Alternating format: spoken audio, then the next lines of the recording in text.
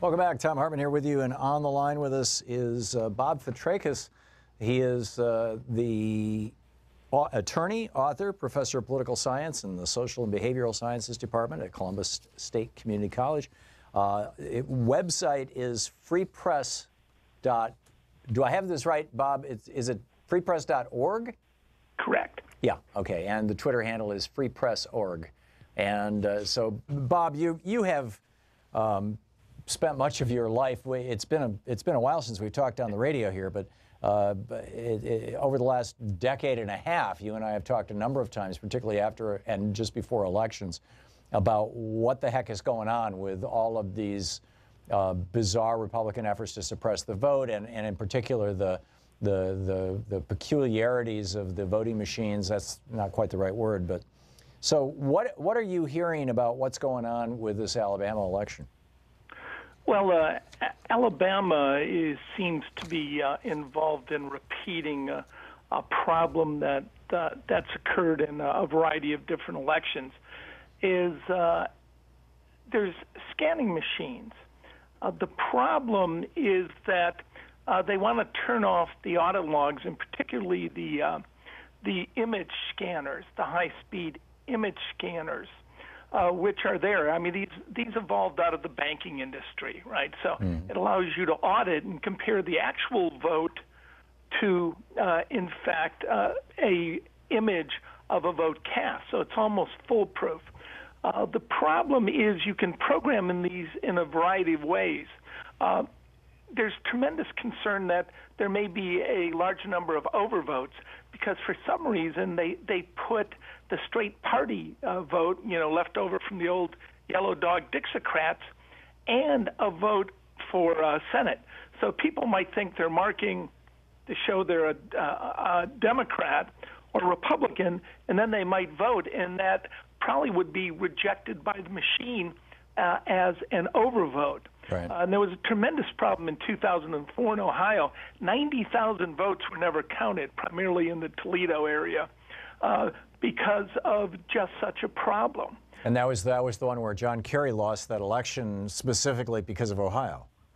Absolutely, and 117,000 votes were never counted, which was the margin of districts, and they were all in heavily Democratic areas. I've sued over this very issue, and there were really odd numbers in Ohio. Donald Trump was supposed to win by 0.5%. He won by 10 percentage votes. When I sued, 14 counties won the right not to turn on their security equipment, not to turn on their audit logs, and not to turn on the ballot image makers. And it makes no sense. I mean, you go out and buy these state-of-the-art security systems, and then you don't turn them on? Well, you don't turn them on if you're planning to rig an election. John Brakey, I don't know if you saw, at 118, they won their temporary restraining order. Yes, Greg Palast was on in the last hour, and he mentioned that, and that's really good news. So does that mean that the machines are going to be capturing these images, and that there will be the images available for an audit, and that the audit may be performed if the race is tight? Well, it depends on the judge and the orders that will be sent out. I've been in numerous lawsuits on this stuff, and in 2008, we got a great order from a judge which told the Secretary of State exactly what he would be telling people who showed up and were being turned down because they didn't have a driver's license, which was not the law in Ohio.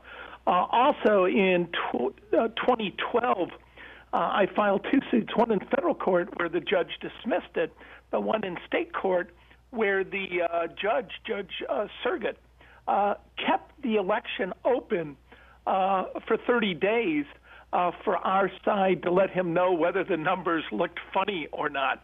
And we were looking at stuff that was significantly outside the margin of error. But I think just getting that order caused the numbers to look much, much better. So it really depends on what order goes out and who it goes to, probably the Secretary of State, and whether or not they're going to comply with that order. Right, right. So are there other concerns beyond?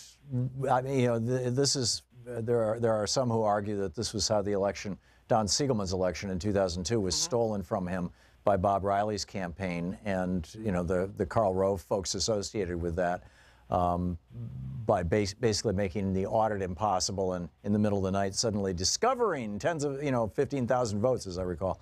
Are we anticipating something like this again, and are there other ways that that the Republicans are planning to rig this election, and what can Democrats do about it? Well, there is a variety of things that they can do to rig. Just a couple different things. The question is who the programmers are. Mm-hmm. Most of these counties throughout the United States, very few do their own programming. And in many cases, ES&S and for example, Triad here in Ohio that does a lot of the maintenance in the election rolls. In that case, I mean, the people that own that company are hardcore Right to Life. They're heavily involved, the Rapp family, in donating to the Right to Life movement. So you need to know who's doing the maintenance, and you need to know who's done the programming on these machines. So the machines are owned and run by partisans? Well, they've got the maintenance contracts. Right. Amazing. Yeah, I mean, one of the people. I met a man, I went to the American Political Science Association, was talking about this. A guy comes up from the National Intelligence University and says, I just thought I'd relay some stuff. I was just talking with James Woolsey, who agrees with you completely that you need to go to open source on all the coding, and you've got to get rid of the proprietaries. Yeah. I mean, ES&S, we found the key ES&S guy who showed up all unannounced throughout the state. In 2004, had written online that his goal in life was to shoot a liberal, so the liberal would know right before his death that he had killed him and not the gun. Whoa! And this is the guy. Wow. So, Bob, is there any kind of any sort of a national effort to standardize elections? I realize the Constitution essentially gives states control over their election systems. Although I don't recall it being quite that explicit in the Constitution. You're the lawyer, I'm not. But is there an effort to standardize voting systems across the United States? Arguably the 2003 or 4, whenever the Help America Vote Act was passed, that was pitched as an effort to standardize elections, handing $6 billion to the states to buy these voting machines from these largely Republican partisan corporations like, yeah. So is there, in the minute we have left, Bob, any efforts out there to do this, and where do I sign up? Hank Johnson there in Georgia actually had a bill. I testified before Congress with a variety of other election integrity activists, and he put in a bill to attempt to standardize it. We've actually been going in the other way, Tom, is that they haven't been standardizing. They've been allowing less power to the various bureaucrats that look at these machines. So, and the Scantrons could really be useful if we went to open source and actually had an image that matched the paper trail, but right. They're allowing them to be shut off. That's the problem. Right. And we don't know who's coding them. And also they're allowing cellular access to them so someone can call in and adjust them during the campaign. That's incredible. That's his cellular access so that they can adjust them during the campaign. I'm so encouraged. Bob Fritrakis, the author, professor of political science and attorney. Freepress.org is the website. Bob, thanks so much for being with us today. All right. Appreciate it.